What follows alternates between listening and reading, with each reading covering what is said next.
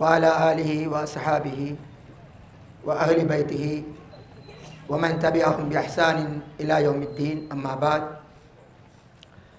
அன்பிற்குரிய இஸ்லாமிய சகோதரர்களே, தாய்மார்களே, சகோதரிகளே, நீண்ட நாட்களுக்கு பின் இந்த நிந்தவூர் மண்ணிலே அல்லாஹ்வினுடைய ஒரு சட்டத்தை இந்த சமுதாயம் மொத்தமாக புறக்கணிச்சிருக்கக்கூடிய வேளையில் அந்த சட்டத்திற்கு உயிரூட்டுவதற்காக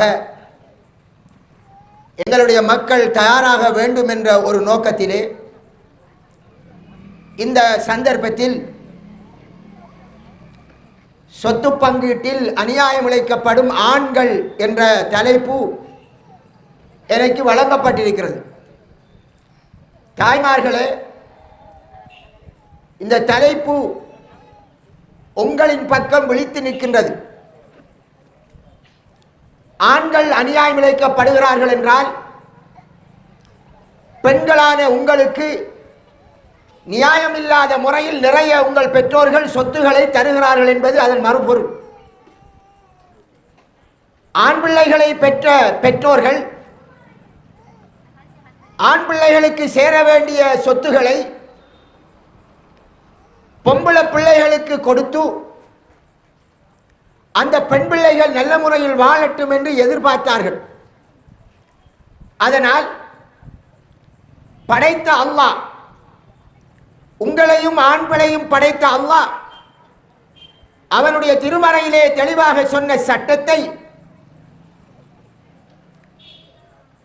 உங்களை வாழ வைப்பதற்காக உங்களை பெற்ற பெற்றோர்கள் மீறி அவர்கள் நிரந்தர நரகத்தின் பக்கம் போய்கொண்டிருக்கிறார்கள்.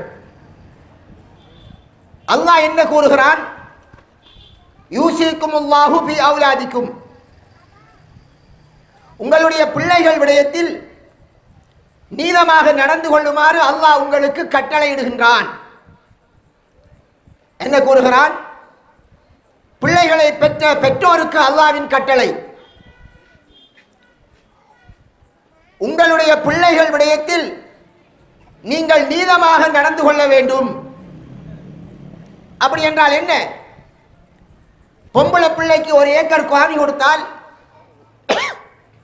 ஆம்பளை பிள்ளைக்கும் ஒரு ஏக்கர் காணி கொடுங்கள் என்பதா?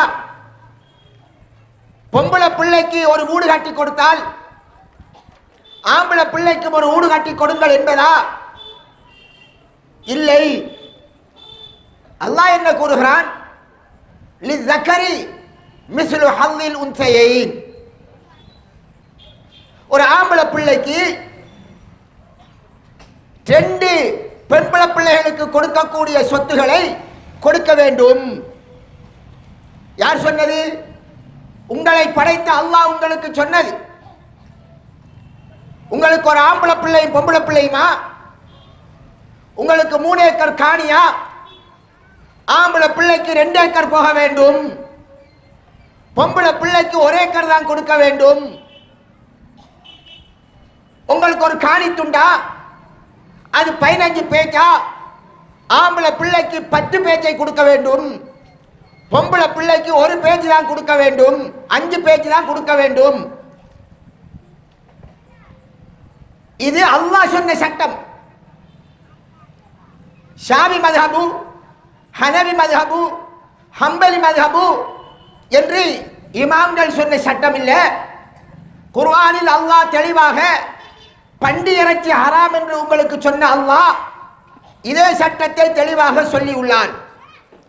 ஆனால் தான் உலகத்தில் வாழ்ந்த அனைத்து அறிஞர்களும் இந்த 1400 வருட காலம் இந்த உலகத்திலே இஸ்லாத்தை பிரச்சாரம் செய்த அனைத்து இமாம்களும், அவர் எந்த பிரிவாகவும் இருக்கலாம், ஷியாக்களாகவும் இருக்கலாம், எவ்வளவு பெரிய வழிகேடானவர்களாகவும் இருக்கலாம், எந்த இமாம்களும் இந்த விடயத்தில் மாற்று கருத்து கொள்ளவில்லை. அல்லாஹ் தெளிவாக சொல்லிவிட்டான். இன்று அல்லாஹ் இந்த சொன்ன சட்டத்துக்கு நேர்பாடாக நமது ஊரிலே எந்த தகப்பன் செய்திருக்கிறான்?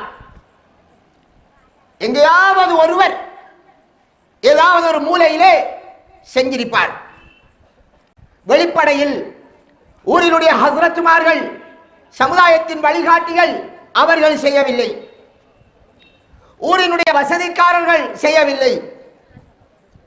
ஹஸ்ரத்துமாருக்கு தெரியாதா? ஒவ்வொரு மதரசாவிலும், நான் படித்த சம்மாந்துறை தப்லீகுல் இஸ்லாத்திலும், இங்கே இருக்கக்கூடிய காசிமில் உலூமிலும், காத்தாங்குடியில் இருக்கக்கூடிய ஃபலாஹிலும், அட்டாளச்சேரியில் இருக்கக்கூடிய ஷர்கியிலும், கல்முனையில் இருக்கக்கூடிய ஹாமியிலும், காலியில் இருக்கக்கூடிய பஹ்ஜத்துல் இப்ராஹிமியாவிலும், 100 வருஷம் முந்தைய வெலிகம பாரியிலும் அனைத்து மௌலைமார்களும் இந்த சட்டத்தை படித்திருக்கிறார்கள். எல்லோரும் படித்த சட்டம், எல்லோரும் மாறு செய்யும் சட்டம். அல்லாஹ்வுடைய சட்டம் ஏட்டுச் சுரக்காய் கறிக்குதவாத மாதிரி இன்று எங்களுடைய சமுதாயத்திலே ஒதுக்கப்பட்டு விட்டது. தப்லீகாரர்கள் அவர்களும் தயாரில்லை, தௌஹீத் ஜமாத் என்று இருப்பார்கள் அவர்களும் தயாரில்லை, வேறு வேறு பெயர்களில் இருப்பார்கள் அவர்களும் தயாரில்லை. அன்பிற்குரிய சகோதரர்களே, அப்ப யார் இதை நடைமுறைப்படுத்துவது? குர்ஆனிலே அல்லாஹ் தஆலா ரொம்ப தெளிவாக சொல்லிவிட்டார். தில்க ஹுதூதுல்லாஹ், இவ்வாறு சொத்தை பங்கிடுவது இது அல்லாஹ்வினுடைய வரம்புகள். وَمَن يَعْصِ اللَّهَ وَرَسُولَهُ وَيَتَعَدَّ حُدُودَهُ, யார் அல்லாஹ்வுக்கு மாறு செய்து ரசூலுக்கு மாறு செய்து அல்லாஹ் இட்ட இந்த வரம்பை மீறுகிறாரோ, யுத்கில்ஹு நாரன் ஹாலிதன் ஃபீஹா, அவரை நரகத்திலே நிரந்தரமாக நுழைய வைப்பேன் என்று இந்த சொத்து பங்கீடை பற்றி அல்லாஹ் சொல்லிவிட்டு சொல்கின்றான். சகோதரர்களே, ரொம்ப கவலையான விடயம். இன்று நூற்றுக்கணக்கான வருஷமாக எங்களுடைய முஸ்லிம் சமுதாயத்தினரால் இந்த நாட்டிலே முற்றாக புறக்கணிக்கப்பட்ட ஒன்றாக இது ஆகிவிட்டது. ஏன் மௌலைமார்கள் இதை பள்ளிவாசலிலே மிம்பரிலே பேசாமல் இருக்கிறார்கள்? தெரியாதா? தெரியும். ஏன் ஹஸ்ரத் இதை சொல்லுங்களேன். இந்த சமுதாயத்திலே அல்லாஹ்வுடைய சட்டத்துக்கு புறம்பாக பிள்ளைகள் அநியாயம் இழைக்கப்படுகிறார்கள் என்று சொல்லுங்களேன். அவர்கள் சொல்ல மாட்டேன் என்கிறார்கள். அவர்களை தடுத்தது என்ன? அவரை தடுத்தது அவரும் அவருடைய பொஞ்சாதிக்கு பிழையான முறையிலே கொடுத்த சொத்திலே அவர் குளிர்காய்ந்து கொண்டு சந்தோஷமாக இருக்கிறார். இதுதான் காரணம். தன் சுயநலம் கெட்டுப்போயிரும் என்பதால் அதை அவர் உங்களுக்கு சொல்லாமல் இருக்கிறார். தான் அனுபவித்துக் கொண்டிருக்கிற சொத்து தரக்குரியதல்ல, தன் மச்சினருக்கு சேர வேண்டிய சொத்து என்று அவருக்கு தெரியும். அந்த சொத்தை அனுபவிக்காமல் வெளியிலாகிவிட வேண்டும் என்பதால் அவர் சொல்லாமல் இருக்கிறார்.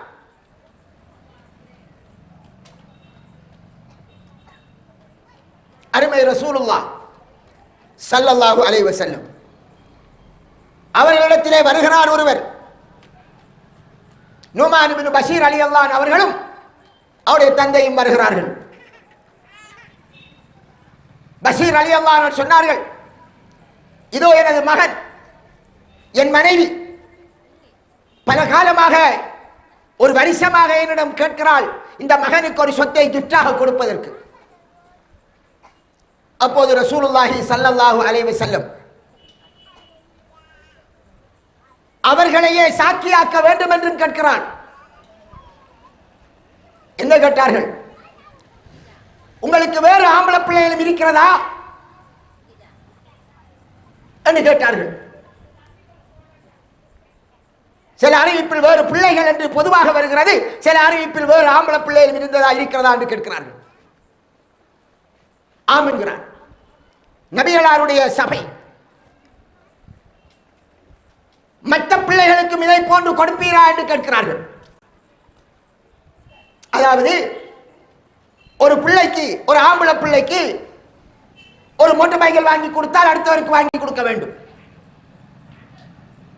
ஒரு ஆம்பளை பிள்ளைக்கு ஒரு வீடு கட்டி கொடுத்தால் அடுத்தவனுக்கு வீடு கட்டி கொடுக்க வேண்டும். அதே மாதிரி அவர் இல்லை என்றார். சகோதரிகளே, ரசூலுல்லாஹி ஸல்லல்லாஹு அலைஹி வஸல்லம் என்ன சொன்னார்கள்?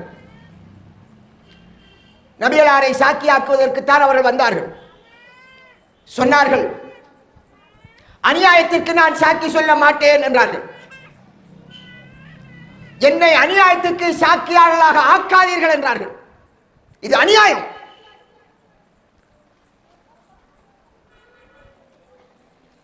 அல்லாஹ்வை உங்களுடைய பிள்ளைகள் விடயத்தில் நீங்கள் பயந்து கொள்ளுங்கள் என்றார்கள். யார் விடயத்தில்? உங்கள் பிள்ளைகள் விடயத்தில் அல்லாஹ்வை பயந்து கொள்ளுங்கள். இந்த பிள்ளைகளுக்கு நீங்கள் விரும்பினபடி கொடுத்தால் அல்லாஹ்வுடைய சட்டத்தை மீறுகிறீர்கள்.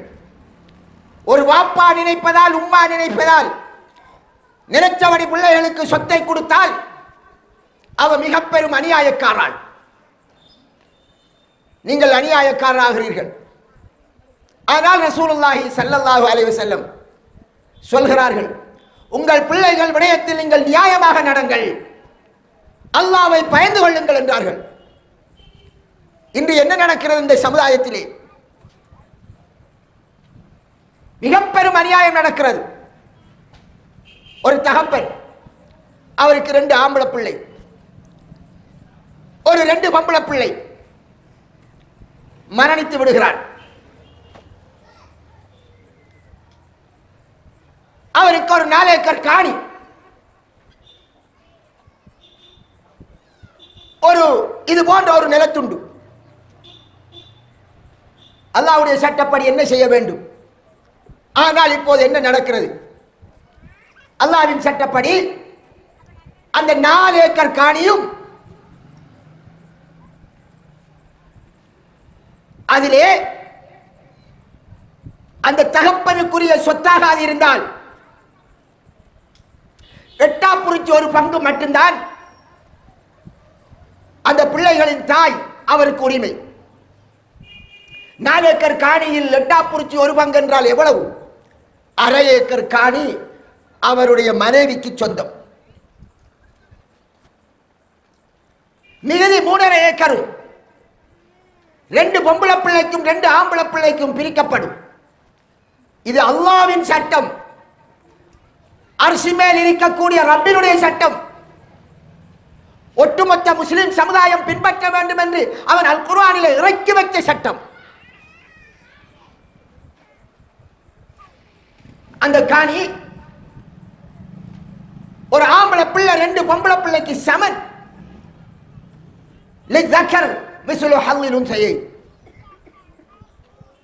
ஒரு ஆணுக்கு 2 பெண் பிள்ளைகளுக்குரிய சொத்து கொடுபட வேண்டும் என்று சூரத்து நிசாவிலே 12ஆம் 11ஆம் வசனத்திலே அழகாக சொல்லிவிட்டான். யாராலும் மாற்ற முடியாது, மறைக்கவும் முடியாது. தர்ஜுமத்துல் குர்ஆனை எடுத்து வீட்டை சென்று பாருங்கள், யாருடைய தர்ஜுமாவிலையும் அழகாக சொல்லி வைத்திருப்பார்கள். அப்ப 2 பொம்பளை பிள்ளை 2 ஆம்பளை பிள்ளை, 2 ஆம்பளை என்றால் 4 பொம்பளைக்கு சமன். 2 பொம்பளை பிள்ளை இருக்கே, மொத்தம் 6 பொம்பளை பிள்ளை இருக்கிறா போல. அந்த 3.5 ஏக்கர் காணியையும் 6ஆக பிரிச்சு 3.5 ஏக்கர் காணியையும் 6ஆக பிரிச்சு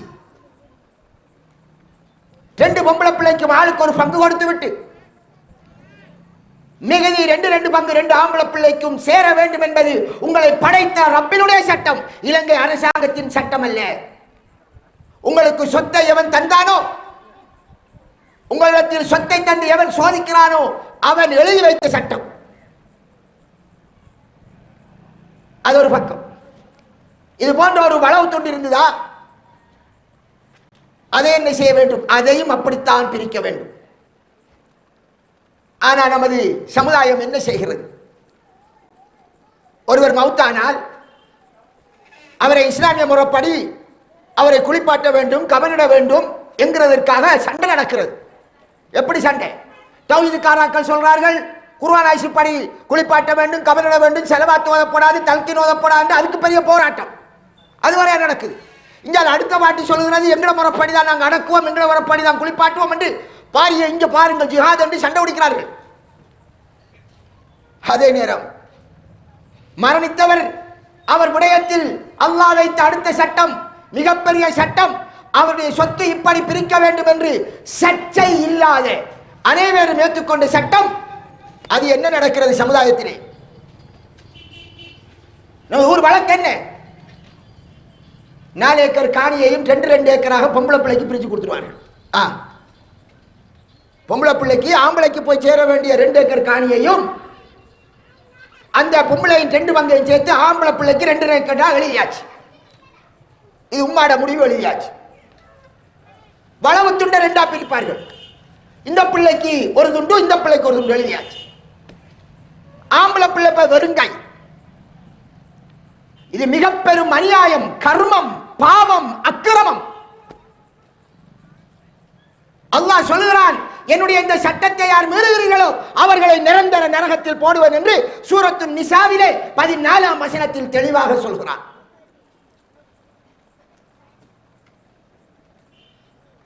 எங்களுடைய காதுக்கு படுவதில்லை, உள்ளம் எடுக்குதில்லை, மனசு விரிவதில்லை. மௌலைமார்களும் அப்படித்தான் இருந்தால் அவர்கள் சொன்னால் தானே கொஞ்சமாவது மக்கள் மாறுவார்கள். சொல்வதற்கு தயாரில்லாமல் இருக்கிறார்கள். சொல்வதற்கு மேடை போட்டால் தடுக்கிறார்கள். இவர்கள் குழப்பக்காரர்கள் என்கிறார்கள். அல்லாஹ்வின் சட்டத்தை இருப்பதை இருப்பதமாய் சொன்னால் குழப்பக்காரன் என்கிறார்கள். ஊருக்கேற்ற மாதிரி மார்க்கத்தை மாற்றினால் குட் பாய் என்கிறார்கள். என்னடா ஒத்துமையா இருந்த சமுதாயம் சிதறி போய்த்தான். ஏதோ ஊரில் ஒரு அரசியல் கட்சி மாதிரி எல்லாரும் அல்லாஹ்வுக்கு பொருத்தமா நடக்கிற மாதிரி. எத்தனையோ விஷயத்தில் சமுதாயம் பிளவுபட்டிருக்கிறது. உலகத்திற்காக பாப்பா ஒரு கட்சி, மகன் ஒரு கட்சி, உம்மா ஒரு கட்சி. மறுமைக்கு ஒரு சதமும் பிரயோஜனம் இல்லாதவர்கள் விடயங்களில் எல்லாம் பிளவுபட்டிருக்கிறார்கள். படைத்த ரப்பு தெளிவாக குர்ஆனில் சொன்ன விடயத்தை சொல்ல போனால் என்ன கூறுவார்கள்? குழப்பக்காரர்களா? சகோதரர்களே, இது நடக்கிற மிகப்பெரிய அநியாயம் என்ன தெரியுமா? ஒரு வீட்டில் பாப்பாக்கார மௌத்தா போய்த்தார். மௌத்தானால் அந்த வீட்டில் 4 சின்ன பிள்ளைகள் வச்சுக்கோ. ஒரு ஆளுக்கு 10 வயசு, ஒரு ஆளுக்கு 8 வயசு, ஒரு ஆளுக்கு 6 வயசு, ஒரு ஆளுக்கு 4 வயசு. இந்த பிள்ளைகளுக்கு நாம இஸ்லாத்தின் சட்டத்தில் அவர்களுக்கு வச்ச பேர் அனாதைகள், யதீம், தகப்பன் மௌத்தான பிள்ளைகள். சூரத்து நிசாவினுடைய ஆரம்ப பகுதிகளிலே இந்த தகப்பன் மௌத்தான பிள்ளைகள் அவருடைய சொத்துக்களை எப்படி கையாள வேண்டும் என்று வானலோகத்திலிருந்து அல்லாஹ் ஜிப்ரீல் மூலமாக இறக்கி வைத்த சட்டம் இருக்கிறது. என்ன சொல்கிறார்? பாப்பா மௌத்தா போய்த்தாரா? உம்மாவிற்கு உம்மா உயிரோடு இருக்கிறாரா? 8ஆ புடிச்ச ஒரு பங்கு அவங்க கொடுத்தாச்சா? இந்த பிள்ளைகள் அனாதையா? சிறு பிள்ளைகள். அந்த பிள்ளைகளின் சொத்துக்களை அல்லாஹ்வின் சட்டப்படி எழுதி அந்த பிள்ளைகளுக்கு பங்கீடு செய்ய வேண்டும். அவர்கள் பருவ வயது அடைஞ்சி அவர்கள் அந்த சொத்துக்களை சரியாக கையாளும் வரை அந்த சொத்தை பாதுகாக்க வேண்டும் என்பது படைத்த ரப்பின் சட்டம். வப்தலுல் யதாமா ஹத்தா இதா பலகுன் நிகாஹ் ஃபைன் ஆனஸ்தும் மின்ஹும் ருஷ்தா ஃபத்வஉ இலைஹிம் அம்பாலஹும் வலா தஅகுலுஹா இஸ்ராஃபன் வபிதாரன் அய்யக்பரு. பல வசனங்கள் தொடர்ந்து செல்கிறார்.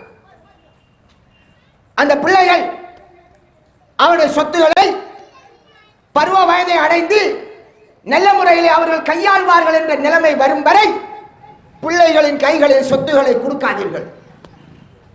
எப்போது அவர்கள் அந்த நிலையை அடைவார்களோ அப்போது அவர்களின் சொத்துக்களை கொடுங்கள். அதுவரையும் சொத்தை பாதுகாருங்கள். அதை பாதுகாக்க வேண்டும்.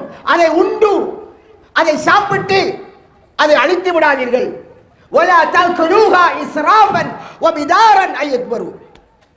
பெரியாளானால் என்ன சொத்தை தாங்க கேட்குமே, அதை அல்லாஹ்வுக்கு பயந்து அநியாயமாக வீணாக அந்த சொத்துக்களை உண்டு விடாதீர்கள் என்று அல்லாஹ் சொல்வார். ஏன் இன்னல்லதீன யகுலூன அம்பாலல் யதாமா குல்மா, இந்த மாதிரி பிள்ளைகளுக்கு சேர வேண்டிய சொத்துக்களை அநியாயமாக யார் சாப்பிடுவார்களோ அவர்கள் சாப்பிடுவது நெருப்பைத்தான், அவர்கள் போகின்ற இடமும் நரகலோகம்தான். இந்த வசனத்தையும் நம்முடைய சமூக நடைமுறையையும் பாருங்கள். சமூகத்தில் என்ன நடக்கிறது, என்ன நடந்து கொண்டிருக்கிறது? 2 பொம்பளை பிள்ளைக்கு சொத்து அப்படியே பிரித்து எழுதிடுவார்கள். ஆம்பளை பிள்ளைகள் வெறுங்கை, பிள்ளைகள் குமராகிறது. பாப்பா மரணிக்கிற போது பழைய வீடு, எனவே 2 பொம்பளை பிள்ளைக்கு மூடு கட்ட வேண்டும். இப்ப அந்த ஆம்பளை பிள்ளைகளை இந்த 2 பொம்பளை பிள்ளைகளுக்கு மூடு கட்டுமாறு திணிக்கிறார்கள். அந்த பிள்ளைகள் உழைப்பதற்காக வெளிநாடுக்கு அனுப்பப்படுகிறார்கள். அவன் கஷ்டப்பட்டு உழைக்கின்றான், வேர்வை சிந்தி உழைக்கின்றான்.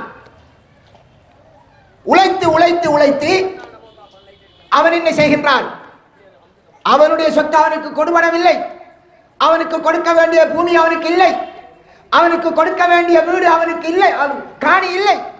அவன் உழைத்த சொத்தும் அவனுக்கு கிடையாது. அவன் உழைச்சி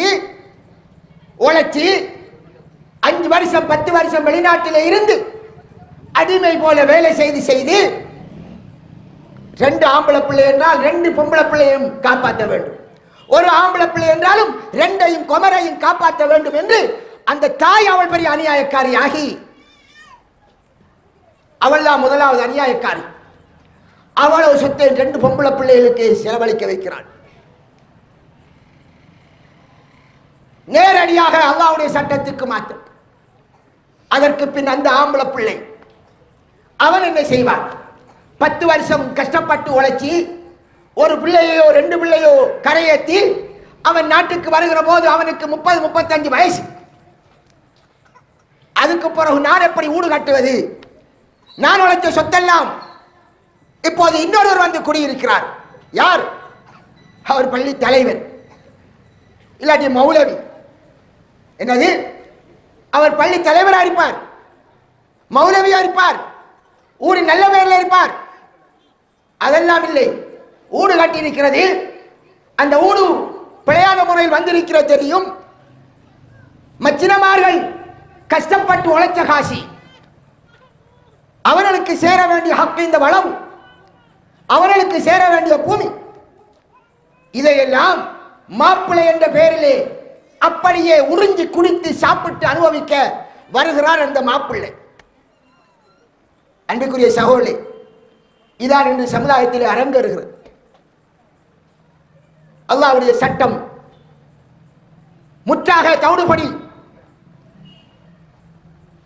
இது ஆம்பளை பிள்ளை கூட இருந்தா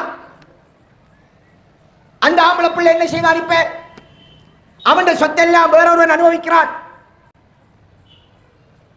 நம்முடைய சமுதாயம் எப்படி பழையிட்டு ஜாஹிலியத்தின் இன்னொரு ஜாஹிலியத்துக்கு போய்விட்டார்கள். ரசூலுல்லாஹ்வுடைய காலத்தில் பொம்பளைக்கு ஒரு சொத்தும் கிடையாது, ஆம்பளை பிள்ளைக்கு எல்லாவற்றையும் கொடுத்தார்கள். ரசூலுல்லாஹி ஸல்லல்லாஹு அலைஹி வஸல்லம் வந்தார்கள். பொம்பளை பிள்ளைகளுக்கும் அரைவாசி வேண்டும் என்று அல்லாஹ்வுடைய சட்டத்தை கொடுத்தார்கள். இந்த காலத்தில் அது மாடர்ன் ஜாஹிலியத். ஆம்பளை பிள்ளைக்கு ஒன்றும் கிடையாது, எல்லாம் பொம்பளை பிள்ளைக்கு. ரசூலுல்லாஹ் மதிப்பே இல்லாத பெண் சமுதாயத்திற்கு சொத்துரிமை கொடுத்து அவளும் வாழ்க்கையில் நல்ல முறையில் இருக்க வேண்டும் என்று அந்த சொத்து பங்கீடை கொடுத்திருக்க நாங்கள் ரசூலுல்லாஹ் ஸல்லல்லாஹு அலைஹி வஸல்லம் உயரத்தில் வைத்த அந்த ஆம்பளைகளுக்கு சொத்தே இல்லாமல் ஆக்கிவிட்டோம். அவன் இங்கே வாழ்கிறான். பெற்றோர் செய்த அநியாயத்தினால் தலை குனிந்து வெட்கப்பட்டு ஒத்தாப்பிலே பொண்டாட்டியினுடைய ஏற்றிகளை வாங்கிக் கொண்டு மனைவியிலே சொத்தட்ட பேரிலே வாழ்கிறான். எத்தனை சகோதரர்கள்! அன்னைக்கு ஒரு படித்த மனிதன், ஒரு படித்த டாக்டர் என்னிடம் சொல்கிறான், நான் முடித்தது ஒரு பெரிய வசதிக்கார வீட்டில். எனக்கு 2 குமர். ஆனா நான் ரொம்ப கேவலப்படுத்தப்படுறேன் மௌலவி. கொஞ்சம் என்றால் அவள் வெளியே விட்டு போனாங்கள், மரியாதை இல்லாம கதைக்கிறாள். நான் செஞ்சது பிள்ளை. நான் வீடு வாங்கி சொத்து வாங்கி கல்யாணம் முடிச்சு என்னை வித்துவிட்ட என்ற குடும்பம் இன்று என்னை வெளியிறங்கி போனாங்கிறாள். குடும்ப சண்டையா? அவள் ராசாத்தி ஆகிறாள். ஏன் அன்பிற்குரிய சகோதரர் இந்த நிலை? நம்மில் எத்தனை பேர்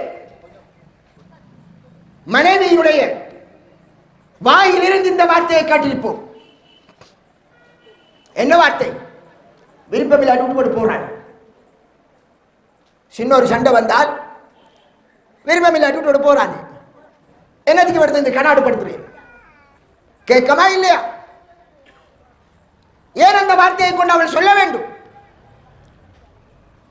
நாங்கள் இந்த பிள்ளை யாரிலே சேர்கிறது? அந்த ஆம்பளை பிள்ளைக்கு அநியாயம் செய்த பெற்றோரை சேர்கிறது.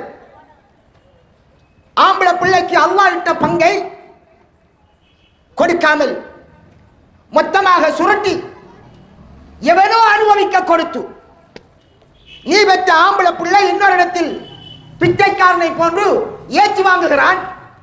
உன் பொம்பளை பிள்ளையை ஒருவன் வாழ வைக்கிறான் என்பதற்காக அவனுக்கு கொடுக்கிறாய். அவன் அனுபவித்து வாழ்கிறான். அன்பிற்குரிய சகோதரி, ஒருவர் சொல்லுகிறார், 3 லட்சம் வாங்கினேன், கொடுக்க இப்ப காசு இல்லை, கல்யாணத்தோட செலவாயிட்டு, இல்லாட்டி நான் எப்பயோ ஊட்ட விட்டு வெளியிறங்கிருப்பேன். ஒரு அரச உத்தியோகத்தர் சொல்லுகிறார், வாங்கின 3 லட்சம் செலவாயிட்டு எடுக்கிற சம்பளம் ஒன்றுக்கும் காணாது. அவள் கதைக்கிற கதையை தாங்க இயலாது. நான் ஊட்ட விட்டு வெளியிறங்கிருப்பேன். காசை கொடுக்க வழி இல்லை. என்ன செய்யறது? ஏச்சு வாங்கிட்டு இருந்துக்கிறேன், நிம்மதி இல்லைங்கிறார். நிம்மதி வராது சகோதரர்களே, வராது. அல்லாஹ் குர்ஆனிலே என்ன சொன்னான்? ஆம்பளைகளை பார்த்து சொன்னான். ரசூலுல்லாஹ் சொன்னார்கள், யா மாஷர ஷபாப், ஏ வாலிபர்களே. ரசூலுல்லாஹ் வாலிபர்களை கூப்பிடுகிறார்கள். மன் இஸ்ததா மின்கும் அல்பாஅத ஃபல்யதஸவ்வஜ்,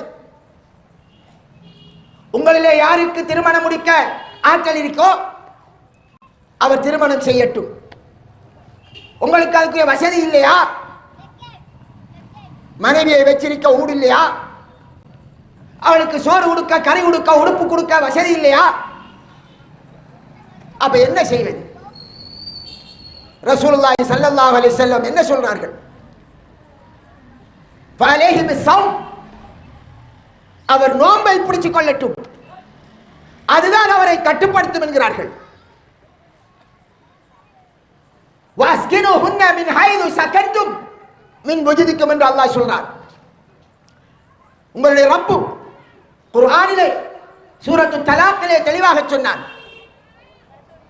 நீங்கள் உங்களுடைய மனைவிமார்களை நீங்கள் இருக்கிற அந்த இடத்திலே உங்களுடைய செலவிலே தான் இருப்பாட்ட வேண்டும், உங்களுடைய செலவில் இருப்பாட்ட வேண்டும் என்கிறான். இன்னொரு வசனத்தில் சொல்கிறார், அர்ரிஜாலு கவ்வாமூன அலன் நிசா, ஆண்கள் பெண்களை நிர்வாகம் செய்வார்கள். ஆண்கள் தான் பெண்களை நிர்வகிப்பவர்கள். ஆண்களின் கீழ் அவர்கள் வழிபட்டு போவார்கள். ஏனாம் காரணத்தை சொல்கிறார், வபிமா அன்பகு மின் அம்பாலிஹிம், அந்த ஆண்கள் அவர்களுடைய சொத்துகளில் இருந்து அந்த பொம்பளைகளுக்கு செலவழிப்பார்கள்.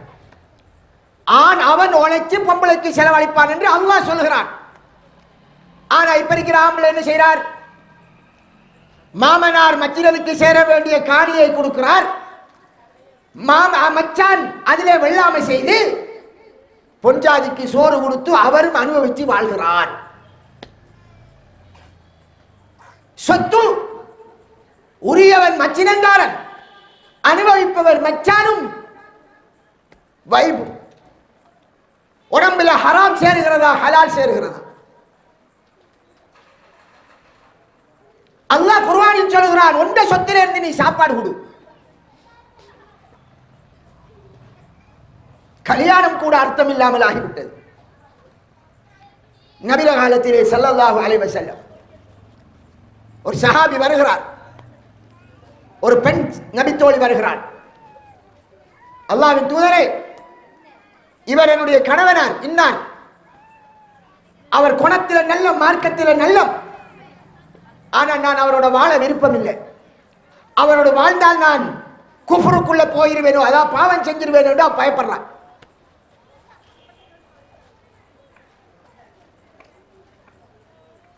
அப்ப ரசூலுல்லாஹி ஸல்லல்லாஹு அலைஹி வஸல்லம் அந்த பொம்பளைக்கு வாழ விருப்பம் இல்லை, குணம் நல்ல, மார்க்கம் நல்லம்ங்கிறா.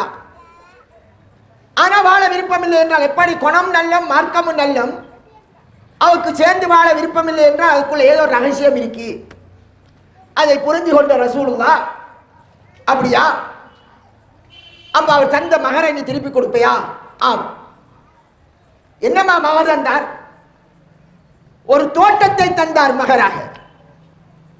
சஹாபாக்களிலே தோட்டத்தை மகராக கொடுத்து வரக்கூடிய ஹதீஸ் நாம் பார்த்த வகையில் அது மட்டும்தான். நாம வயல்காணி சீதனமா கொடுக்கிறா போல அன்று மகராக தோட்டத்தை கொடுத்தார்கள். அந்த மாதிரி மகரை கொடுத்தார்கள். ஆனால் இன்று என்ன நடக்கிறது? பெண் தரப்பிடம் இருந்து 10 லட்சம் 20 லட்சம் காசை வாங்குகிறார். ஒரு 2 ஏக்கர் காணி என்று வாங்கினாலே அது ஒரு 3 கோடி 2 கோடி ஆகும். ஒரு 2 ஏக்கர் காணி 2 கோடி. இதெல்லாம் வாங்கி போட்டு பொஞ்சாதிக்கு அவர் மாறு கொடுக்கிறாராம். 2 பவுன்ல நகை போறாராம். எப்படி ஆற காசுல நீ மாறு கொடுக்க? அவங்களிடம் இருந்து மச்சினனுக்கு சேர வேண்டிய சொத்துக்களை எல்லாம் இவர் எடுத்து அவருடைய மனைவிக்கு மகர் கொடுக்கிறாராம். அதற்கு பின் மச்சினன் சொத்தில தொழில் செஞ்சு சாப்பிடுறார். உடம்புல என்ன சேரும்? ஹலாலா ஹராமா? நம்முடைய உடம்புல ஹராம் சேர்ந்தால் துஆ கபூல் ஆகாது. ரசூலுல்லாஹி ஸல்லல்லாஹு அலைஹி வஸல்லம் ஒரு பிரயாணம் போகின்ற ஒருவரை பற்றி சொல்கிறார்கள். நீண்ட பிரயாணம் போகிறார். அல்லாஹ்விடம் யாரம் என்று தன்னுடைய அந்த கஷ்டமான நிலையிலே அல்லாஹ்விடம் பிரார்த்திக்கிறார். ஆனால் அவருடைய உணவு ஹராம், ஹராமான வழியிலே உழைச்சி சாப்பிடுகிறார். அவர் உடுத்திருக்கிற ஆடை ஹராம், பிழையான வழியிலே உழைத்தது ஹராம். அவருடைய துஆ எப்படி கபூலாகும் என்கிறார்கள். இங்கே என்ன நடக்கிறது? மாப்பிள்ளை கல்யாணம் முடிக்க வாரார். பெண் தரப்பிடம் இருந்து நிறைய சொத்துக்களை எடுக்கிறார். அழகான முறையிலே கோட்டு சூட்டண்டு அடிக்கிறார். பெண் ஜாதிக்கும் அவர் நிறைய அதில் வாங்குறார். இப்படி எல்லாம் வாங்கி உடுத்துக்கு வாராரு. காவின் கலர்ல இருக்கார். பெண் தரப்பிடம் இருந்து அபகரித்த காசியில் வாங்கிய கோட்டோடு சூட்டோடு இருக்கார். அவடத்தை பாத்தியா ஓதுறாரு ஹஸ்ரத். இந்த கல்யாணம் யா அல்லாஹ் பரக்கத்தான கல்யாணமா இருக்கணும் என்று கேட்கிறார். எப்படி துஆ கபூல் ஆகும்?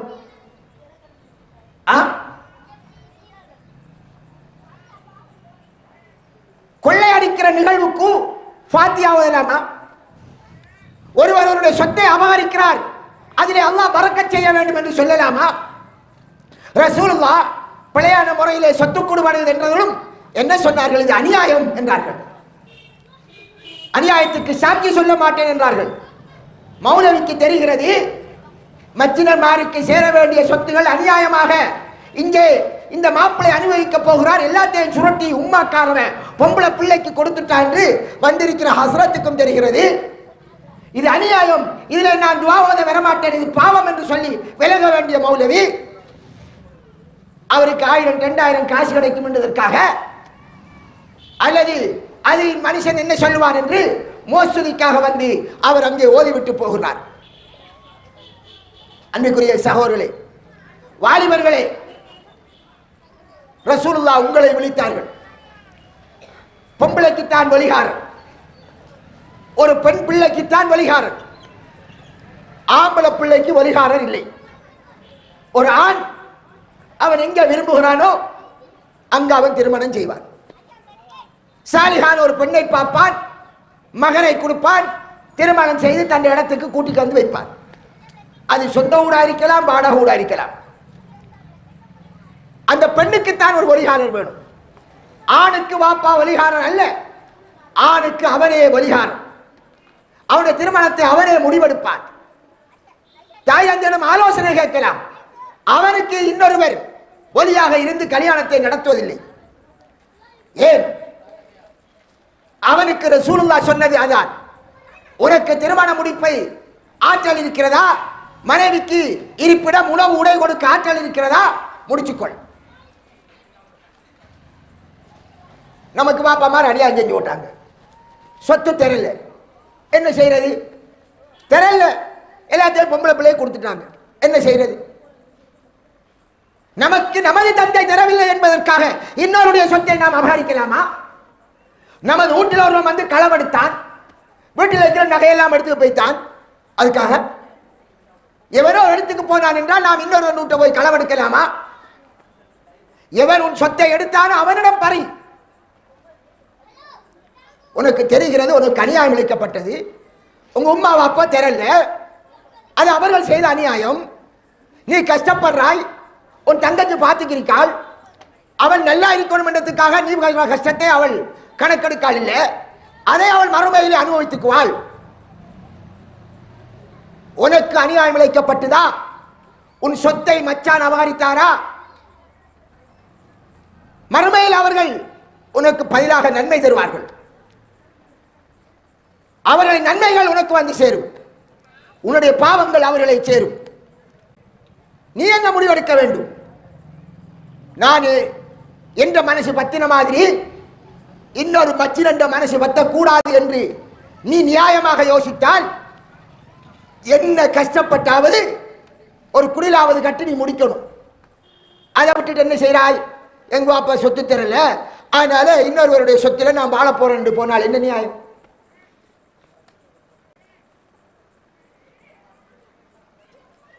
நபிர காலத்தில் ஸல்லல்லாஹு அலைஹி வஸல்லம் எல்லா சஹாபாக்களும் வசதிக்காரர்களா?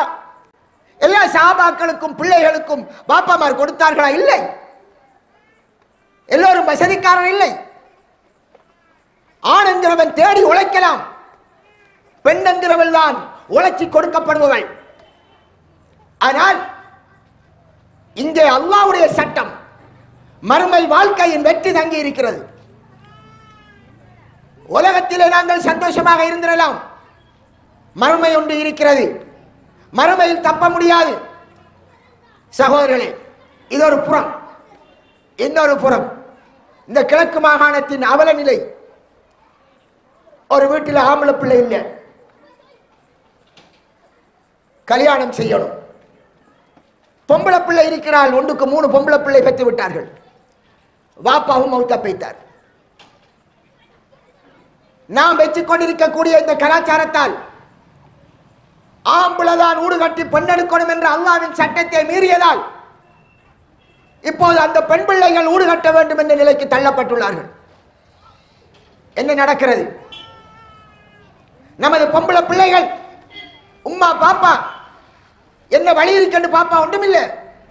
கடைசியாக பக்கத்து வீட்டுக்கு போய் தனிய வாரதைய விரும்பாத அந்த தாய் கண்ணுக்கு தெரியாத ஏஜென்சிகளிடம் கொடுத்து வெளிநாட்டுக்கு அனுப்பி நமது பாத்திமாவும் ஆயிஷாவும் ஹப்சாவும் ஏஜென்சிமார்களின் ஊடாக அங்கே அனுப்பப்பட்டு அநியாயம் இழைக்கப்பட்டு சில பெண்கள் பாவத்துக்கு ஆளாக்கப்பட்டு அவர்கள் கட்ட வேண்டிய ஊடை கட்டிக் கொண்டிருக்கிறார்கள். இது கிழக்கு மாகாணத்தில் உள்ள முஸ்லிம் பெண்களின் நிலை. நமது சகோதரியோடு ஒருவர் பேசுகிறார். நம்ம வீட்டை வார நேரத்தில் நமது சகோதரன் ஒருவர் காட்சிக்கிறார், தெரியாத மனுஷன். எவ்வளவு கோபம் வரும். உனக்கடா இங்க வேலை என்று கேட்போம். யாரா நீ என்று கேட்போம். அந்த மாதிரி நாங்கள் சகோதரி விடயத்தில் பேணுதலா இருக்கிற நாங்கள் எங்களுடைய பொம்பளை பிள்ளைகளை கண்ணுக்கு தெரியாத நாட்டில் ஆயிரக்கணக்கான கிலோமீட்டருக்கு அங்கால நீ கல்யாணம் முடிப்பதென்றால் உனக்கு தேவையான வீட்டை நீ தான் கட்ட வேண்டும் என்று அவளின் மீது சுமத்தாட்டி இருப்பதால் அவள் வெளிநாடு போகிறாள். வெளிநாடு போக வைத்தது யார்? மஹ்ரம் இல்லாமல் அந்நிய ஆண்களுடன் அவள் தொடர்பு கொள்ள வேண்டி வந்தது யாரால்? இந்த பாவம் இதனால் அரங்கேறுகிறது. சில மௌலைமார்கள் பேசுவார்கள், பொம்பளை பிள்ளைகள் வெளிநாட்டுக்கு போகக்கூடாது, ஹராம் என்பார்கள். பேசுற மௌலவி அவர் முதலாவது சொல்வதற்கு முன்பு அவர் இருக்கிறது ஒரு பொம்புளட வீட்டை அவர் வெளியிறங்க வேண்டும்.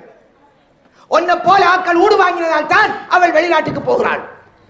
நீ ஊடு வாங்கி அந்த வீட்டில் குடியிருந்து அந்த உள்ளூட்டில் ஆதிக்கம் செலுத்துறதால் தான் இது போன்ற சகோதரிகள் இந்த மாதிரியாக மானவிலக்கவணி நிலைக்கு தள்ளப்பட்டார்கள். சகோதரர்களே, இந்த நிகழ்வு ஏன் நடக்கிறது? ஏன் நாம் சிந்திக்காமல் இருக்கிறோம்? இன்னொரு புறம் நமது ஊரிலே அதிகமான சகோதரர்கள் வசதிக்காரர்கள், ஹஜ் செய்ய கடமைப்பட்டவர்கள். ஆனால் ஹஜ் செய்வதில்லை. வீட்டிலே குமரி இருக்கிறது. ஹஜ்ஜுக்கு போவதென்றால் 25 லட்சம் வேணும். 25 லட்சம் செலவழித்து ஹஜ்ஜுக்கு போவதற்கு முந்தி வீட்டில் உள்ள குமரை காப்பாற்றுவதை கடமையாக எண்ணிக்கொண்டார்கள். அதனால் கல்யாணம் பொன்னை கரையேற்றியதன் பின் கடைசியாக ஹஜ்ஜுக்கு போவோம் என்று நினைக்கிறார்கள். ஹஜ்ஜு கடமையை பிற்போடுகிறார்கள். கல்யாணத்திலே காசெல்லாம் செலவழிஞ்சு முடிகிறது. கடைசியாக ஹஜ்ஜுக்கு போகவில்லை. காசெல்லாம் ஊடு கட்டினத்தில் போயிட்டது, காசெல்லாம் சீதனத்தில் போயிட்டது. ஒரு ஏக்கர் பூமியை விற்றால் குடும்பத்தோடு போயிருக்கலாம். எல்லாத்தையும் மச்சினது கொடுத்து விட்டார்கள். எந்த மச்சாமார் இப்படியான சொத்துக்களை வைத்திருக்கிறார்களோ, உனது மாமனார் ஹஜ்ஜுக்கு போகலையா, உன் மாமியா ஹஜ்ஜுக்கு போகலையா, அந்த பாவம் உன்னை சாரும், அவர்களையும் சாரும். அவர்கள் ஊரலகம் பார்த்து அல்லாஹ்வுடைய சட்டத்தை மீறி அவர்கள் செய்ததாக குற்றவாளிகள். இப்படி குற்றம் நடக்கிறது என்று தெரிந்து அதை அங்கீகரித்து அந்த பாவத்தை நீ ஏற்று அவர்களுடைய பெரும்பாண்டமான கடமையை நிறைவேற்றாமல் இருப்பதற்கு நீ காரணமாக இருந்தாய். இது ஒரு புறம். இன்னொரு புறம், கல்யாணம் முடிப்பதற்கு முந்தி அவர் ஒரு குடிலையாவது கட்டி பொண்ணை எடுக்காதவர். அவர் அதை விட்டதால் அல்லாஹ் அவர்களுக்கு தண்டனை வழங்குகிறார். என்ன தண்டனை? காலமெல்லாம் ஊடு கட்டுற வேலை. வாழ்க்கையில் ஒரு ஆம்பளை ஒரு ஊடு கட்டுவான். அந்த ஊடை கட்டி பெண்ணை எடுக்கவில்லை. இப்ப அவரு பொம்பளை பிள்ளை பிறந்துட்டு, முதலாவது பொம்பளை பிள்ளை, ரெண்டாவது பொம்பளை பிள்ளை, ஒரு ஆம்பளை பிள்ளை ஒன்று வேணும்தானான்னு ட்ரை பண்ணினார். மூணாவதும் பொம்பளை பிள்ளை. இப்ப என்ன நடக்குது? 3 பொம்பளை பிள்ளைக்கு அவர் ஊடு கட்ட நிலைக்கு தள்ளப்படுகிறார். ஒரு ஊடு கட்டி அல்லாஹ்வுடைய சட்டத்தை நிலைநிறுத்தி, நான் அல்லாஹ்வுடைய சட்டப்படி என் மனைவியை வாழ வைத்தேன் என்று தைரியமாக சொல்ல வேண்டியவர், அந்த தைரியத்திலே தன்னுடைய செயற்பாட்டை கொண்டு போக வேண்டிய அந்த கடமை உள்ளவர் அதை விட்ட குற்றம். அவர் கல்யாணம் முடிச்சு 1 வருஷத்தால முதல் பொம்பளை பிள்ளை, ரெண்டாவது இன்னும் 2 வருஷத்தால 2வது பொம்பளை பிள்ளை, இப்படியே 3 பொம்பளை பிள்ளை பிறந்துட்டா திருப்பி பயமுனா 4வது ஆம்பளை பிறக்காம பொம்பளையா பிறந்தா என்ன செய்யறது? 4வது ஆம்பளை ஒன்று வேணும். திடீரென நான் மண்டையை போட்டா இருக்கிற பிள்ளைய காப்பாற்றுறதுக்கு ஒரு ஆம்பளை வேணுமா இல்லையா? ஆம்பளை வேணும், பயமுன்னா. ஆனால் என்ன செய்கிறார்கள்? நமது தாய்க்குலம் வேணும் என்ற கருத்தடை செய்கிறார்கள். இந்த பிள்ளைகளை வாழ வைப்பதற்கு சொத்துகள் இல்லை. 3 பிள்ளையை காப்பாற்றுவதென்றால் எத்தனை கோடி தேவை? ஆனால் அப்படியே அவர்களாக உடம்பிலே கருத்தடையை வேணும் என்று செய்கிறார்கள், வறுமையை பயந்து. அல்லாஹ் தடுத்த காரியம். வறுமையை பயந்து உங்களுடைய பிள்ளைகளை கொல்ல வேண்டாம் என்றான். அது பிள்ளையை பெற்றதற்கு பிறகு பொம்பளை பிள்ளையாண்டு பார்த்து கொலை செஞ்சார்கள் ஜாகிலியத்தில். இவர்கள் பிள்ளையை பெறுவதற்கு முந்தி தற்செயலாக 3வது பிள்ளை போக 4வது கரு உண்டாகிவிட்டால் அந்த பிள்ளையை பெற்று நாம் மீண்டும் கஷ்டத்திலாக கூடாது என்று செயற்கையிலே அபோஷம் பண்ணுகிறார்கள். ஒரு பக்கம் கருத்தடை வளர்கிறது, இன்னொரு பக்கம் அபோஷன்கள் செயற்கையாக செயலிலே ஏற்படுத்துகிறார்கள். எதனால்? ஒரு பொம்பளை தான் ஊடு கட்டணும், ஆம்பளை கட்ட தேவையில்ல, ராசமாயிரு உலாத்திட்டு அவர் விரும்பிய இடத்துல முடிச்சு போகலாம் என்ற நமது சமுதாயம் செய்கின்ற இந்த அநியாயம், அக்கிரம். அதனால் தான் அவள் வெளிநாட்டுக்கு போனாள். சகோதரன் இல்லை என்றால் அந்த பொம்பளைகளின் ஹாலாத் என்ன? சீர்கட்டு சின்னாபின்னமாகி பக்குவமாக இருந்த பிள்ளைகள் எல்லாம் ரோட்டிலே, வீதியிலே, லொச்சுகளிலே. எதனால்? யார் செய்த குற்றம்? ஆண் வாலிப சமுதாயம் செய்த குற்றம். ஆம்பளை பிள்ளைகளை பெற்றுவிட்டு சொத்து கொடுக்காததால் வந்த அநியாயம்.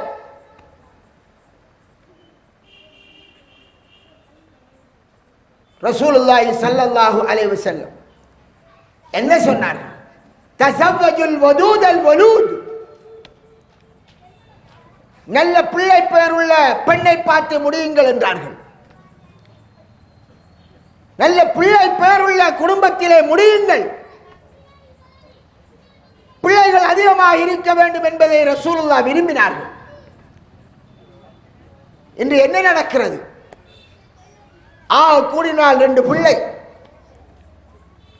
3வது பிள்ளை பெரும்பாலும் பை மிஸ்டேக்கில் இப்போது பிறக்கிறார்கள். நமக்கு கணக்க பிள்ளை வேண்டும் என்று பெற்றவர்கள் ரொம்ப குறைய. முந்திய காலம் இருந்தது, ஒரு பிள்ளை, ஒரு பெண் என்று பிள்ளை பெற்ற போது அதே நாள் அந்த பெண்ணினுடைய தாயும் பிள்ளை பெற்பாள். தாய்க்கு 10வது பிள்ளையாக இருக்கும், 8வது பிள்ளையாக இருக்கும், மகளுக்கு 2வது பிள்ளையாக இருக்கும். அன்று வெட்கப்பட மாட்டார்கள். அதனால் தான் முஸ்லிம்களின் சனத்தொகை இந்த நாட்டில் அதிகமாக இருந்தது. ஒரு அளவு குறைந்து வந்தது. ஆனால் இப்போது ஒரு பக்கம் திட்டமிட்டு முஸ்லிம்களின் சனத்தொகை குறைக்கப்படுகிறது, கருத்தடைக்கு ஊக்குவிக்கப்படுகிறார்கள் முஸ்லிம் பிரதேசத்திலே. இன்னும் ஒரு பக்கம் போகின்ற இடங்களில் எல்லாம் உங்களுக்கு லேசா சுவப்பிரேசம் இல்லை, சீசர் ஆபரேஷன் தான் என்று சொல்லி எல்லோருக்கும் இப்போது பெரும்பாலும் சீசரன் நிலைக்கு போய் கொண்டிருக்கிறது. இப்போதும் ஒரு சகோதரன் கேட்டேன், பிள்ளை பிறந்து 2 மாசமாம் மகளுக்கு என்றார். நோமல் ஆண்டு கேட்டேன், இல்லை வெட்டித்தான் எடுத்தான். திட்டமிட்ட சதியா அல்லது எல்லோருடைய நிலையும் அப்படி இருக்க இயலாது. அன்று எங்கேயாவது 1000 பிள்ளை பெறுகிற போது மரணிக்கும், தாய் மரணிப்பாள், பிள்ளை மரணிக்கும். இன்று 100 பேர் பெற்றால் அதில் 70 பேர் 60 பேர் ஏன் வெட்டப்படுகிறார்கள்? காரணம் என்ன? அவர்கள் 3 பிள்ளையோடு நிறுத்திக் கொள்ளப்படுகிறார்கள். அது ஒரு பக்கம். அன்றைக்குரிய சகோதரர்களே, இப்படி இந்த சமுதாயத்திலே ஆண்கள் வீடு கட்டாததால் எல்லா பிரச்சனைகளும் ஒன்றன் பின் ஒன்றாக ஒன்றோடொன்று தொடர்பட்டு விரிவடைந்து கொண்டு செல்கிறது. ஆனால் சகோதரர்களே, வாலிபர்களே, நீங்கள் முடிவெடுக்க வேண்டும். மறுமை நாளையிலே நான் தப்ப வேண்டும். எனக்கு தகப்பன் அநியாயம் செய்து சொத்தை தரவில்லையா, பரவாயில்லை. நான் இஸ்லாமிய முறைப்படி ஒரு குடிலாவது கட்டி ஒரு ரூமும் ஒரு பாத்ரூம் போதும். இஸ்லாமிய முறைப்படி வருபவளை பார்த்து முடி. எந்த பெண் அல்லாஹ்வை பயந்து இஸ்லாமிய முறைப்படி வாழ விரும்புகிறாளோ அவளைத்தான் ரசூலுல்லாஹ் முடிக்க சொன்னார்கள். அந்த வாழ்க்கையில் வெற்றி இருக்கின்றார்கள். பணத்துக்கு ஆசைப்பட்டு பெரிய பங்களா தேடி போனாய். நீ போனதிலிருந்து கேவலப்படக்கூடிய நிலை உனக்கு நிறைய இருக்கிறது. ஒரு சின்ன பிரச்சனை வரும் புருஷன் பொண்டாட்டிக்குள். சில பெண்கள் வாய் திறக்க மாட்டார்கள். சில பெண்கள் அவள் மாப்பிள்ளையை காசு கொடுத்து வாங்கியதால் அவள் தைரியமாக இருப்பாள். விரும்பினா இருங்க இல்லாட்டி போங்கம்பாள்.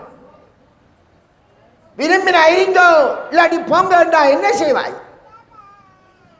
நீ ரோட்டுக்கு வாராய். உம்மா கிட்ட வந்து சொல்லுவாய். உம்மா அவள் சரியான வாய்காரியம்பாள். என்ன செய்வாய்?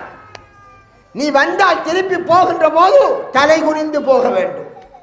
நீ பணிஞ்சு போக வேண்டும்.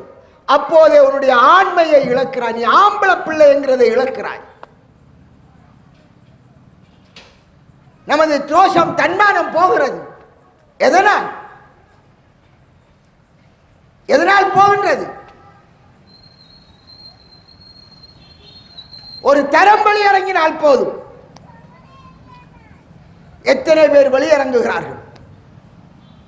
காவி கோட்டிலே இருக்கிற கேசுகள் 1000 கேஸ் இருந்தால் 999 கேஸ் பொஞ்சாதியின் அட்டகாசம் அவருக்கு பிடிக்கவில்லை.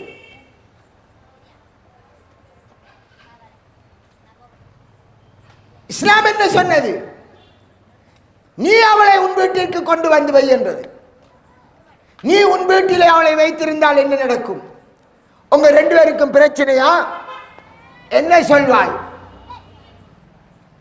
ஒன்றும் கதைக்க பயமனாது. ஒன்று எங்க வீட்டை கொண்டு போய் விடுங்க அம்மா. உன்னை மாறி கதைக்க இயலாது. உன்னை ரோஷம் போற மாதிரி கதைக்க இயலாது. வீட்டை என்ன ஒன்றை விடுங்க என்கிறது. அந்த வார்த்தைக்கும் விரும்பினா இரு இல்லாட்டி போ என்கிற வார்த்தைக்கும் இடையில் உள்ள வித்தியாசத்தை பாருங்கள். சமுதாயத்தில் நடப்பதை வைத்து கதைக்கின்றேன். அதுக்குத்தான் அல்லாஹ் சொன்னான், ஆண்கள் பெண்களை தனது இடத்தில் இருப்பாட்ட வேண்டும். அனைத்து இந்த உலகத்தில் வாழ்ந்த அனைத்து இமாம்களும் ஷாபி, ஹனவி, அம்பலி, மாலிக் என்று இமாம்கள் இருக்கிறார்களே, எல்லோரும் இந்த விடயத்தில் மாற்று கருத்து கிடையாது. புதுசா கொஞ்சம் மௌலவிமார் தான் அது உங்களுக்கு சும்மா கிடைச்ச வீடு, அன்பளிப்பு வீடு இருக்கலாம் என்று பத்துவா கொடுத்துக்கு பொஞ்சாய் ரூட்டை இருக்கிறது நியாயப்படுத்திருக்காங்க. கேட்ட அன்பளிப்பான். அன்பளிப்பு என்று சொன்ன மௌலவி காலிக்கோட்டில் நிற்கார். என்ன மௌலவி? காலிக்கோட்டுக்கு அன்பளிப்பு வீடு தானே. அன்பளிப்புன்னா உங்களுக்கு அன்பாக வீட தந்தை தானே, உங்களோட பெயருக்கு தானே அது வரணும். இல்லை அவள் விரசி விட்டாள். ஒன்றை வீடை விட்ட பிற அவனுக்கு விரசினேன். அன்பளிப்பாக ஒன்றை கொடுத்தால் அவனுக்கு சொந்தம். அது அன்பளிப்பு அல்ல. நாங்கள் வச்சுக் கொண்டோம் அன்பளிப்பு என்று. ஆனால் தான் சின்ன ஒரு பிரச்சனை என்றால் நாம வெளியில நிற்கும். அவள் வீட்டுக்கு ராசமாய் நிற்காள். அவள் வெளியிறங்க மாட்டா. அவளுக்கு கட்டுப்பாட்டும் இருக்கும் வரை நீ அங்க இருக்கலாம். அவள் வாய் மிஞ்சினால் உண்ட அன்பளிப்பெல்லாம் ரோட்டில் வந்துடும். எனவே அது பொய்க்காரணி. ஆனால் அன்பிற்குரிய சகோதரர்களே, நீங்கள் முதல் வாலிபர்கள் உங்களுடைய மனசிலே உறுதியாக எண்ணுங்கள், நான் எப்படி கஷ்டப்பட்டாவது என் தாய் தகப்பன் எனக்கு சொத்து தந்தோ தரலையோ இஸ்லாமிய முறைப்படி நான் ஒரு பெண்ணை எடுத்து வருவேன். தகப்பன்மார்களே, பெற்றோர்களே, ஆம்பளை பிள்ளைகளுக்கு அநியாயம் செய்யாதீர்கள். ரசூலுல்லாஹ் அநியாயம் என்று சொன்ன ஒரு காரியம். பொம்பளை பிள்ளைகளுக்கு அரவாசி, ஆம்பளைக்கு முழு பங்கு. அல்லாஹ் குர்ஆனில் சொல்லிவிட்டார். அதற்கு மாற்றமாக நாம் செய்தால் அநியாயம். மறுமை நாளையில் நாம் தப்ப முடியாது. உலகத்தில் அல்லாஹ் எல்லாத்தையும் காட்டுவதில்லை. முஸ்லிம் அல்லாதவர்கள் யூரோப் கண்ட்ரிகளிலே, வெளிநாடுகளிலே எவ்வளோ ஹாப்பியா வாழ்ந்தார்கள்.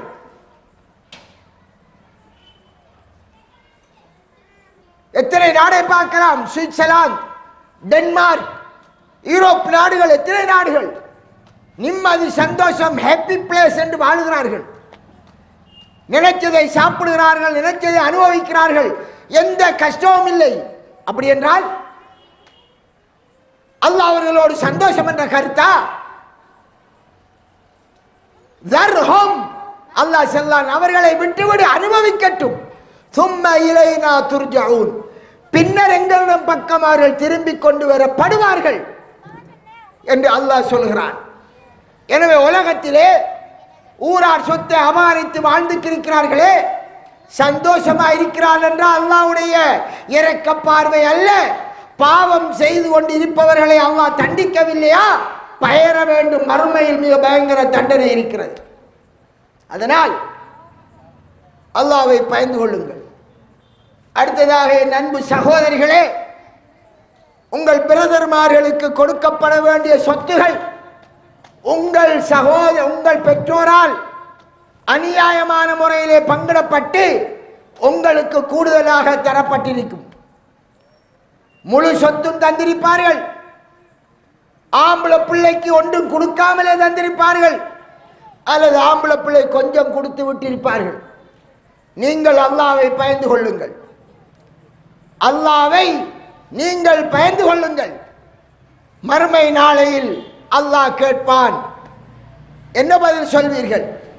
நீ சந்தோஷமாக வாழ வேண்டும் என்பதற்காக, உன் கணவருடன் சந்தோஷமாக அனுபவித்து வாழ வேண்டும் என்பதற்காக உன் சகோதரருக்கு சேர வேண்டிய சொத்தை நீ அபகரித்தாய், பிழையாக கொடுக்கப்பட்டும் அதை ஏற்றாய். அதனால் நீயும் குற்றவாளியாக ஆக வேண்டி வரும்.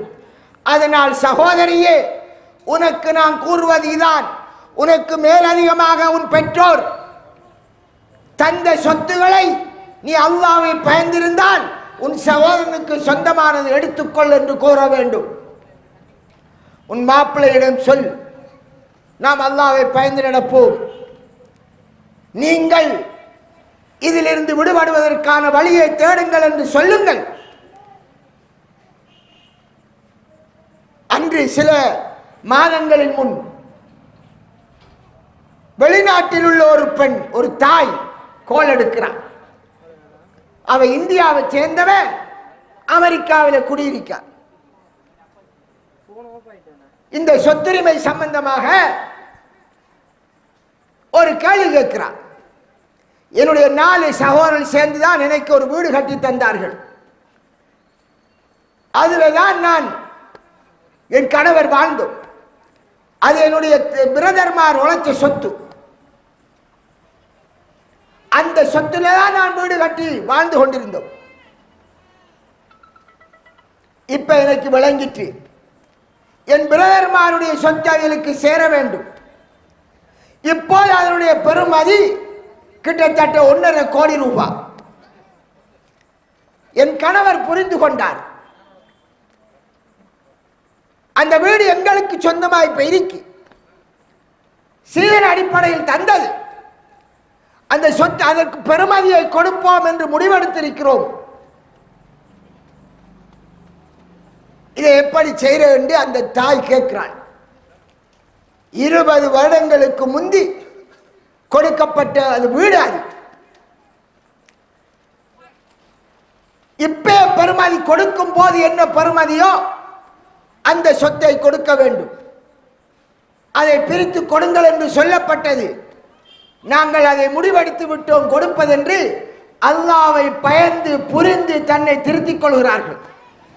ஆனால் சகோதரிகளே, உங்களை மாற்றுங்கள், உங்கள் கணவன்மாரை மாற்ற முயற்சி செய்யுங்கள், அல்லாஹ்வை பற்றி சொல்லுங்கள் என்கிற இந்த விடயத்தை எல்லோருக்கும் வசியத்தா சொல்கிறேன். மௌலைமார்களே, நீங்கள் தான் சமுதாயத்தின் சீர்கேட்டை சீர்திருத்தக்கூடிய சமூகம். நீங்கள் திருமணங்களுக்கு அழைக்கப்படுவீர்கள். நமது ஊர் பிழையான சொத்து பங்கிட்டால் நிறைஞ்சிருக்கிறது. எனவே உங்களை அழைத்தால் சொல்லுங்கள். ரசூலுல்லாஹி ஸல்லல்லாஹு அலைஹி வஸல்லம் சொன்ன மாதிரி அவர்களுக்கு சொல்லுங்கள். என்ன சொல்ல வேண்டும்? இங்கே இந்த குடும்பத்தில் சொத்து பிழையாக பங்கிடப்பட்டிருக்கிறது தெரிகிறது. பொம்பளை பிள்ளைக்கு ஆம்பளை பிள்ளையோட கூட கொடுபட்டிருக்கிறது. அந்த கல்யாணத்துக்கு நான் சமூகம் அளிக்க மாட்டேன் என்று சொல்லுங்கள். உங்களை மாற்ற சொல்லுங்கள். நீங்களும் மாறுங்கள். சமுதாயத்திலே முன்னோடியாக இருக்க வேண்டும் என்று நினையுங்கள். அல்லாஹ் எங்களை காரணம் காட்டி யாரெல்லாம் மௌலைமார்களின் பக்கம் விரல் நீட்டி காட்டி காட்டி யாரெல்லாம் அவர்கள் பிழை செய்வார்களோ அவர்களின் பாவங்களை நாங்கள் சுமக்க வேண்டி வரும். ஆனால் அன்பிற்குரிய மௌலைமார்களே, பிழை நடந்து விட்டது. திருந்துவோம், திருத்துவோம், திருத்த முயற்சிப்போம். மக்கள் மன்றத்தில் நான் செய்தது பிழை, நான் பிழை செய்ததால் அதை தொடர்ந்து செய்வோம் என்று யாரும் முடிவெடுத்தால் அது அல்லாஹ்விடத்தில் குற்றமாக ஆகிவிடும். அல்லாஹ் மன்னிப்பவன், கருணையாளன். எனவே இந்த விடயத்தில் நாங்கள் தெளிவு பெற்று நடப்போம் என்பதை கூறிக்கொண்டு ஒரு விடயத்தை சொல்லுமாறு கேட்டுக்கொண்டதற்கு கூறிக்கொள்கிறேன். அன்புக்குரிய சகோதரே, நாங்கள் துல்காஜா மாசத்தில் இருக்கின்றோம். அடுத்த துல்ஹஜ் மாதம். துல்ஹஜ் மாதம் ஒரு அழகான ஒரு அமல் இருக்கிறது, அரபாவுடைய நோன்பு நோட்பது. இந்த அரபாவுடைய நோன்பு, அதை பற்றி ரசூலுல்லாஹி ஸல்லல்லாஹு அலைஹி வஸல்லம் அது 2 வருடங்களுக்கு பாவத்திற்கு பரிகாரம் என்றார்கள். சௌமு யௌமி அரபா, அரபாவுடைய நாளையில் நோன்பு நோட்பது பாவத்திற்கு பரிகாரம் என்றார்கள். இப்போது ஒரு காலம் இருந்தது, ஹாஜிகள் இன்று அரபாவிலே தங்குகிறார்கள் என்பது தெரியாது. அரபாவுடைய நாள் என்றால் ஹாஜிகள் அரபாவிலே தங்குகின்ற நாளைக்குத்தான் அரபா என்பது. ஒரு காலம் தெரியாது. ஏன்? அங்கே என்ன நடக்குது என்பதை அறிவதற்கு டெலிபோன் இல்லை, இந்த நவீன வசதி இல்லை. நமது ஊரில் இருந்து ஒரு ஹஜ்ஜுக்கு போனால் கப்பலிலே போவார். அவர் நீண்ட காலத்தின் பின்னர் 3 மாசமோ 4 மாசத்தால் ஊருக்கு வருவார். அங்கே என்ன நடந்தது என்பதை அவர் வந்தால்தான் தெரியும். இன்றைக்குத்தான் அரபாவுடைய தினம், இன்றைக்குத்தான் அங்கே அறுத்தது பலியிட்டது என்று சொல்வார். ஆனால் இப்ப நமக்கு அழகாக தெரிகிறது, நமது சகோதரர் போயிருக்கார், நமது பாப்பா போயிருக்கார், அரபாவுடைய தினத்திலே இருக்கிறார், அரபாவுடைய பயான் நடக்கிறது, வீட்டிலே இருந்து கொண்டு அந்த பயானை கேட்கிறோம். நாம் வீட்டு சென்ற தகப்பனோடு அழகாக பேசுகிறோம், அரபா மைதானத்தை பார்க்கிறார்கள். எனவே இதெல்லாம் நமக்கு தெரிகிறது. எனவே அரபாவுடைய தினம் இப்போதுதான் என்பது இப்போ எங்களுக்கு தெரிகிறது. எனவே நோன்பு பிடிப்பது எப்போதென்றால் ஹாஜிகள் அரபாவில் தரிக்கின்ற நாள் தான் அரபா தினம் என்று தெரிய, அது இன்ன தினம்தான் வரும் என்று தெரிய, நாங்கள் அன்று பிடிக்காமல் அதற்கு அடுத்த நாள் பிடிக்கிறோம். என்னையாம் அது அகிலங்க உலமா சபை அறிவிக்கணும் எங்களுக்கு அரபா தினத்தை. அரபா தினத்தை அவங்க அறிவிச்ச தெரியும். உங்களுக்கு இப்ப தெரியாதா? கண்ணுக்கு முன்னால தெரியுதானே. எனவே சகோதரர்களே, தெரியாத காலம் வேறு, தெரிந்திருக்கிறோம், பார்த்து கொண்டிருக்கிறோம். அதனால் இந்த வருடம் அரபா தினம் என்ன என்பது உலகத்துக்கு இன்னும் துல்ஹஜ் மாதம் முதல் பிறை வந்து விட்டால் தெரிய வரும். அந்த நாளையில் தான் நோன்பு பிடிக்கிறது. கண்ணுக்கு முன்னே தெரிந்து கொண்டு எனக்கு இன்னும் அரபா இல்லை என்றால், இலங்கையில் அரபா கிடையாது, இந்தியாவில் ஒரு அரபா இல்லை, சீனாவில் ஒரு அரபா இல்லை, நிந்தவூருக்கு ஒரு அரபா இல்லை. அரபா என்கிறது ஒன்றுதான், அது மக்காவிலே இருக்கிறது. அதனால் அந்த நாளில் தான் நோன்பு நோற்பது சுன்னத்து. முதலாவது விஷயம். இரண்டாவது, அரபாவின் தினத்தை அடுத்தது யோமுன் நஹர், அறுத்து பலியிடுகின்ற பெருநாள். அவர்கள் அங்கே அறுத்து பலியிட்டு பெருநாளை கொண்டாடுவார்கள், ஹஜ்ஜுக்குரிய கிரிகையை முடிப்பார்கள். நாங்கள் இதோ பக்கத்தில் இருக்கிறோம், 2.5 மணித்தியால தூரத்தில். நாங்கள் இங்கே அறுப்போம். எனவே ஒட்டுமொத்த உலகமும் ஒன்றுபட்டு ஒரே நாளில் பெருநாளை எடுக்கிற ஒரு அழகான தெளிவான ஒரு விடயம்.